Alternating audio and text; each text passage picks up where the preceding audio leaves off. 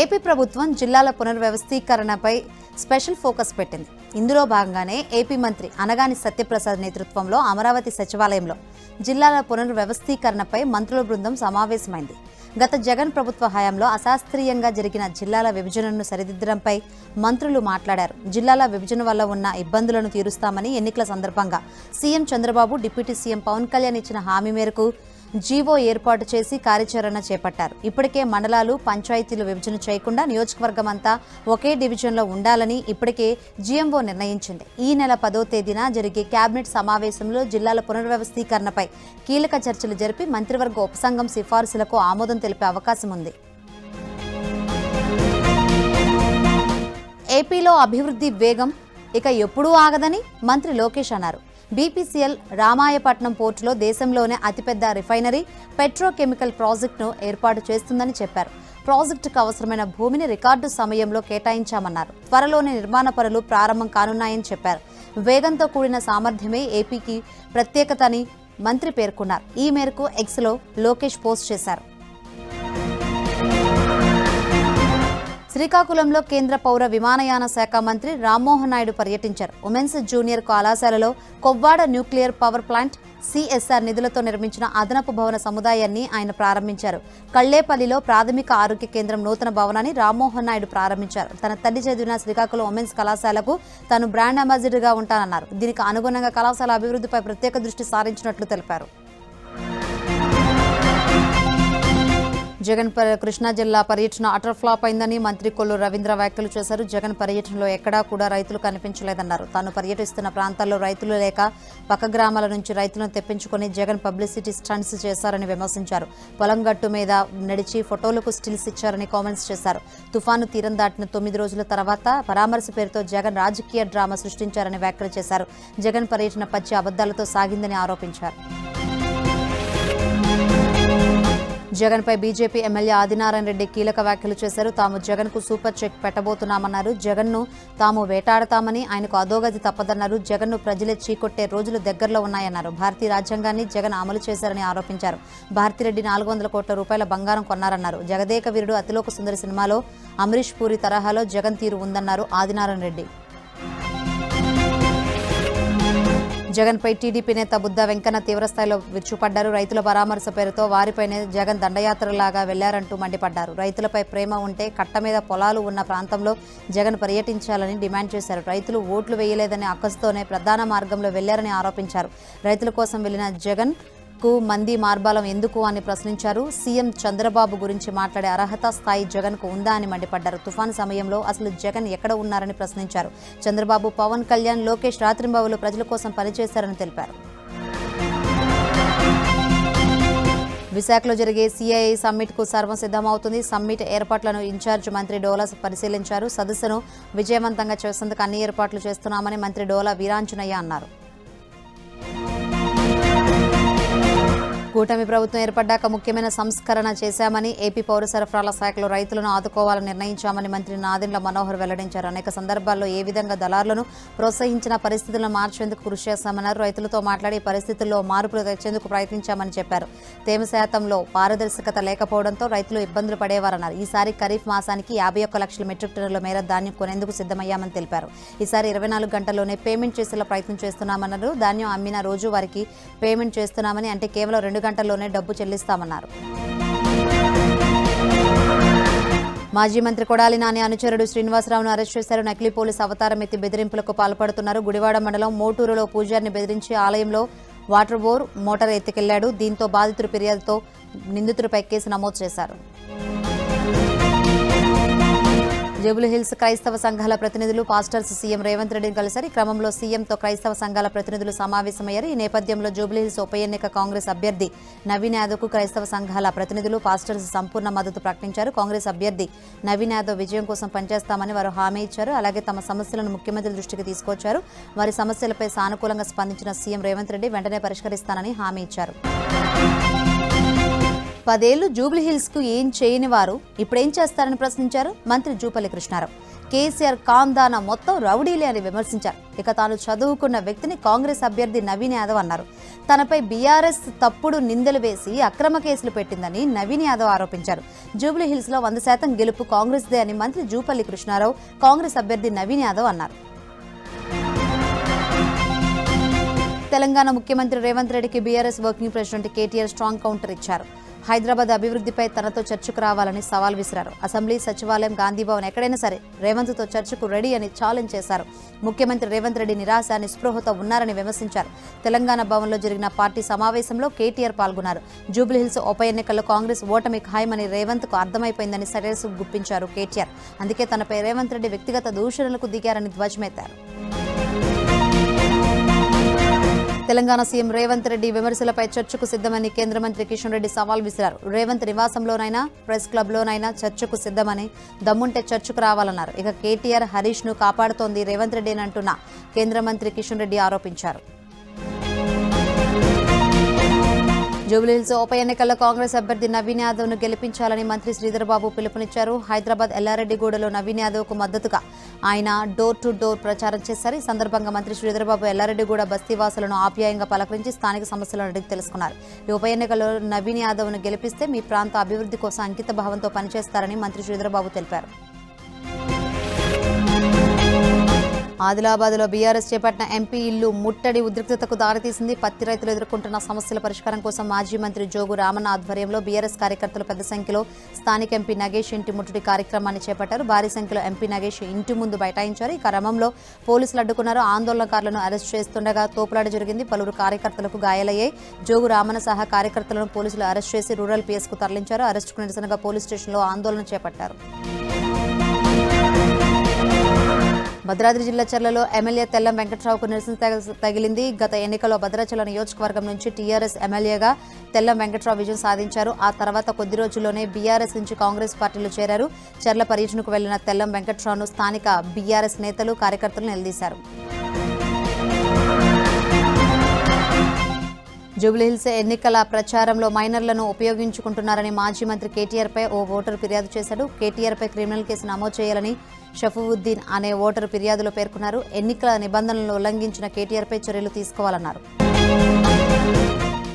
వరంగల్ జిల్లా Parvathagiri TG SWR గురుకుల ఉపాధ్యాయుల తీరు వివాదాస్పదమవుతుంది. 5వ తరగతి విద్యార్థిని పాము కాటు వేసింది.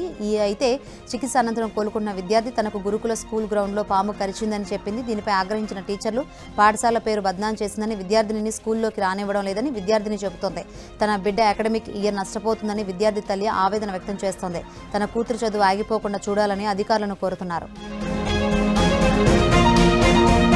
ఏపీ వ్యాప్తంగా సబ్ రిజిస్ట్రార్ కార్యాలయాల్లో ఏసీబీ సోదాలు చేస్తుంది. 120 ప్రాంతాల్లో ఏసీబీ తనిఖీలు నిర్వహించింది. ఎన్టీఆర్ జిల్లా, కోనసీమ, ఏలూరు, ప్రకాశం, విశాఖపట్నం, శ్రీ సత్యసాయి, అన్నమయ్య జిల్లాలో ఏకకాలంలో ఏసీబీ దాడులు చేస్తుంది. సబ్ రిజిస్ట్రార్ కార్యాలయాలపై వచ్చిన ఫిర్యాదులతో ఏసీబీ సోదాలు చేస్తుంది. నంద్యాల జిల్లా ఎస్కొత్తూరులో కార్తీక పౌర్ణమి సందర్భంగా సుబ్రహ్మణ్యేశ్వర స్వామి ఆలయంలో ప్రత్యేక పూజలు నిర్వహించారు. ఆలయ ఈవో ఆధ్వర్యంలో సంతాన సాఫల్య వ్రత పూజ నిర్వహించారు. సుమారు 3000 మంది మహిళలకు వడిబియ్యం, పసుపు, కుంకుమలు సౌభాగ్యంతో వర్ధిల్లాలని ఆలయ అర్చకులు దీవించారు. కార్తీక పౌర్ణమి సందర్భంగా విశేష పూజలు నిర్వహించారు. అధిక సంఖ్యలో భక్తులు పాల్గొని స్వామివారి సన్నిధిలో కార్తీక దీపాలు వెలిగించి మొక్కులు చెల్లించుకున్నారు. వికలాంగుల సంక్షేమమే కాంగ్రెస్ ప్రభుత్వ లక్ష్యమని కార్పొరేషన్ చైర్మన్ ముత్తినేని వీరయ్య అన్నారు. ప్రతి వికలాంగుడు గౌరవప్రదమైన జీవితం గడపాలనే లక్ష్యంతో ప్రభుత్వం పలు పథకాలను అమలు చేస్తుందన్నారు. జూబ్లీహిల్స్లోని కాంగ్రెస్ ఎన్నికల ప్రచారంలో కార్పొరేషన్ చైర్మన్ ముత్తినేని వీరయ్య వికలాంగురాలైన దీప ఇంటిని సందర్శించారు. ప్రభుత్వం అందిస్తున్న సన్నబియ్యంతో భోజనం చేశారు. వికలాంగుల సంక్షేమంపై రాష్ట్ర ప్రభుత్వం చేపడుతున్న పథకాల గురించి ఆయన వివరించారు. పల్నాడు జిల్లా రెంటచింతల మండలం సత్రశాలలోని టెయిల్ పాండ్ ప్రాజెక్టులోని పెన్ స్టాక్ వాటర్ గేటు మొరాయించింది. దీంతో విద్యుత్ ఉత్పత్తి నిలిచిపోయింది. గత 5 రోజుల నుంచి గేటు మరమ్మతుల కోసం ఏపీ జెన్కో సిబ్బంది శ్రమిస్తున్నారు. కానీ వారి ప్రయత్నాలు ఫలించలేదు. దీంతో నెల్లూరు నుంచి సీ డైవర్స్ ను పిలిపించారు. గురువారంలోగా గేటు మరమ్మతులు పూర్తి చేసి పవర్ హౌస్ కు నీటిని విడుదల చేస్తామని అధికారులు తెలిపారు. నాగర్ కర్నూలు జిల్లా మొలచింతలపల్లిలో పాడైపోయిన రేషన్ బియ్యం వ్యవహారంలో ఏబిఎన్ కథనాలతో అధికారులు స్పందించారు. పురుగులు పడిన బియ్యాన్ని తీసుకునేందుకు వినియోగదారులకు అందిస్తున్న విషయాన్ని ఏబిఎన్ వెలుగులోకి తీసుకువచ్చింది. దీంతో అధికారులు రేషన్ షాప్ను తనిఖీ చేశారు. పాడైపోయిన బియ్యాన్ని వినియోగదారులకు ఇవ్వొద్దని ఆదేశించారు. నాణ్యమైన బియ్యాన్ని అందించాలని సూచించారు. అల్లూరు జిల్లా రొంపిల్లి గ్రామ పంచాయతీలోని గూడెం గ్రామానికి విద్యుత్ వెలుగులు అందాయి. కొండపై నివసించే 18 ఆదివాసీ కుటుంబాలకు కొన్నేళ్లుగా విద్యుత్ సౌకర్యం లేదు. తమకు కనీస సౌకర్యాలు కల్పించాలంటూ గ్రామస్తులు ఇటీవల కాగడాలతో ఆందోళన నిర్వహించారు. దీనిపై స్పందించిన జిల్లా విద్యుత్ సూపరింటెండెంట్ ఇంజనీర్ నెల రోజుల్లో విద్యుత్ సౌకర్యం కల్పిస్తామని హామీ ఇచ్చారు. కానీ కేవలం 25 రోజుల్లోనే సోలార్ ప్లాంట్ నిర్మాణం చేసి విద్యుత్ లైన్ ఏర్పాటు చేశారు. దీంతో గిరిజనులు విద్యుత్ శాఖకు ధన్యవాదాలు తెలిపారు. ఏలూరు జిల్లా జంగారెడ్డిగూడెం సబ్ డివిజన్ ప్రాంతానికి నూతనంగా ఏఎస్పీని ప్రభుత్వం నియమించింది. ఈ సందర్భంగా జంగారెడ్డిగూడెం సబ్ డివిజన్ ప్రాంతానికి సుస్మిత రామనాథన్ ఏఎస్పీగా బాధ్యతలను స్వీకరించారు. సబ్ డివిజన్ పోలీస్ అధికారులు, సిబ్బంది ఆమెకు ఘన స్వాగతం పలికారు. జంగారెడ్డిగూడెంలో ఎలాంటి అసాంఘిక కార్యకలాపాలు జరగకుండా పనిచేస్తానన్నారు. శాంతి భద్రతలకు విఘాతం కలిగించే వారిపై చట్టపరమైన కఠిన చర్యలు తీసుకుంటామని తెలిపారు. ఏలూరు జిల్లా ద్వారకా తిరుమలలో స్టార్ క్రికెటర్ విరాట్ కోహ్లీ జన్మదిన వేడుకలు ఘనంగా జరిగాయి. ఓరియంటల్ స్కూల్లో విద్యార్థుల సమక్షంలో అభిమానులు కేక్ కట్ చేశారు. అనంతరం విద్యార్థులకు పెన్నులు, ప్యాడ్లు అందించారు. అనాథలు, యాచకులకు 100 భోజన ప్యాకెట్లు అందించారు. విరాట్ కోహ్లీని ఆదర్శంగా తీసుకుని విద్యార్థులు తమ లక్ష్యాలను సాధించాలని విద్యార్థులకు ఉపాధ్యాయులు సూచించారు. ఉమ్మడి ఆదిలాబాద్ జిల్లాలోని జలాశయాలు ఉధృతంగా ప్రవహిస్తున్నాయి. కడెం, ఎల్లంపల్లి ప్రాజెక్టులోకి భారీగా వరద నీరు చేరడంతో గేట్లను ఎత్తి నీటిని దిగువకు విడుదల చేస్తున్నారు అధికారులు. కడెం ప్రాజెక్టులో 1 గేటు, ఎల్లంపల్లి ప్రాజెక్టులో 8 గేట్లను ఓపెన్ చేశారు. లోతట్టు ప్రాంతాల ప్రజలు అప్రమత్తంగా ఉండాలని అధికారులు హెచ్చరించారు. గుంటూరు జిల్లా మంగళగిరిలో అయ్యప్ప స్వామి మహాపడి పూజలో మంత్రి లోకేష్ పాల్గొన్నారు. మంగళగిరి శ్రీ లక్ష్మీనరసింహస్వామి ఆలయ ప్రాంగణంలో శ్రీ మధునంబుద్రి గురుస్వామి ఆధ్వర్యంలో స్వామివారికి ప్రత్యేక పూజ, అభిషేకాలు చేశారు. మహాపడి పూజ కార్యక్రమాన్ని ఆద్యంతం ఆసక్తిగా మంత్రి నారా లోకేష్ తిలకించారు. ఈ కార్యక్రమంలో అయ్యప్ప స్వాములు, శివస్వాములు, భవానీలతో పాటు పెద్ద ఎత్తున భక్తులు, కూటమి నేతలు. మెహబూబాబాద్లో మద్యం ప్రియులు ఆందోళనకు దిగారు. పట్టణంలోని రుద్ర వైన్ షాప్లో కొనుగోలు చేసిన 2 బీర్ సీసాల్లో వ్యర్థాలు వచ్చాయి. ఈ ఘటనపై మద్యం ప్రియులు షాప్ నిర్వాహకులను ప్రశ్నించగా వారు దురుసుగా సమాధానమిచ్చారు. దీంతో మద్యం ప్రియులు ఆగ్రహానికి గురయ్యారు. తొర్రూరు ప్రధాన రహదారిపై రాస్తారోకో నిర్వహించారు. తక్షణమే రుద్ర వైన్ షాప్ను సీజ్ చేయాలని మద్యం ప్రియులు నినాదాలు చేశారు. సంఘటనా స్థలానికి చేరుకుని మద్యం ప్రియులకు సర్ది చెప్పి రాస్తారోకో విరమింపజేశారు పోలీసులు. సంగారెడ్డి జిల్లా జహీరాబాద్లో ఆహార పదార్థాల తయారీ కేంద్రాలపై పోలీసులు దాడులు నిర్వహించారు. ఫైర్ సేఫ్టీ నిబంధనలు, శుభ్రత ప్రమాణాలు పాటించకుండా పాడైన పదార్థాలతో పిండి వంటలు తయారు చేస్తున్నట్లు గుర్తించారు. అభినయ్య, పరాస్నాథ్, పెరుమాల్ తయారీ కేంద్రాల్లో కల్తీ పదార్థాలు, రా మెటీరియల్ స్వాధీనం చేసుకున్నారు. యజమానులపై పోలీసులు కేసు నమోదు చేశారు. సొంత కూతుర్ని తల్లిదండ్రులే కిడ్నాప్కు యత్నించిన ఘటన జగిత్యాల జిల్లా రాజారాంపల్లిలో జరిగింది. పెద్దపల్లి జిల్లా బసంతనగర్కు చెందిన ప్రియాంక, జగిత్యాల జిల్లా రాజకపల్లికి చెందిన రాకేష్ 6 ఏళ్లుగా ప్రేమించుకున్నారు. రాకేష్ దళితుడు కావడంతో పెళ్లికి ప్రియాంక తల్లిదండ్రులు నిరాకరించారు. దీంతో జూలై 27న రాకేష్, ప్రియాంక ప్రేమ వివాహం చేసుకున్నారు. 4 నెలల తర్వాత ప్రియాంకను ఆమె తల్లిదండ్రులు కిడ్నాప్కు యత్నించడం కలకలం రేపుతుంది. అయితే తనకు ప్రెగ్నెన్సీ రావడంతో ఆసుపత్రి తీసుకెళ్తానని తల్లి నమ్మించి మోసం చేసిందని ప్రియాంక ఆరోపిస్తుంది. స్థానికుల సహకారంతో తప్పించుకున్నానని, పోలీసుల సాయంతో క్షేమంగా ఇంటికి చేరానంటూ ప్రియాంక కన్నీటి పర్యంతమైంది. ఛత్తీస్గఢ్ బీజాపూర్ జిల్లా తాళగూడెంలో ఎన్కౌంటర్ జరిగింది. బలగాల కాల్పులో 3 మావోయిస్టులు మృతి చెందారు. ఘటనా స్థలం నుంచి భారీగా ఆయుధాలు స్వాధీనం చేసుకున్నారు.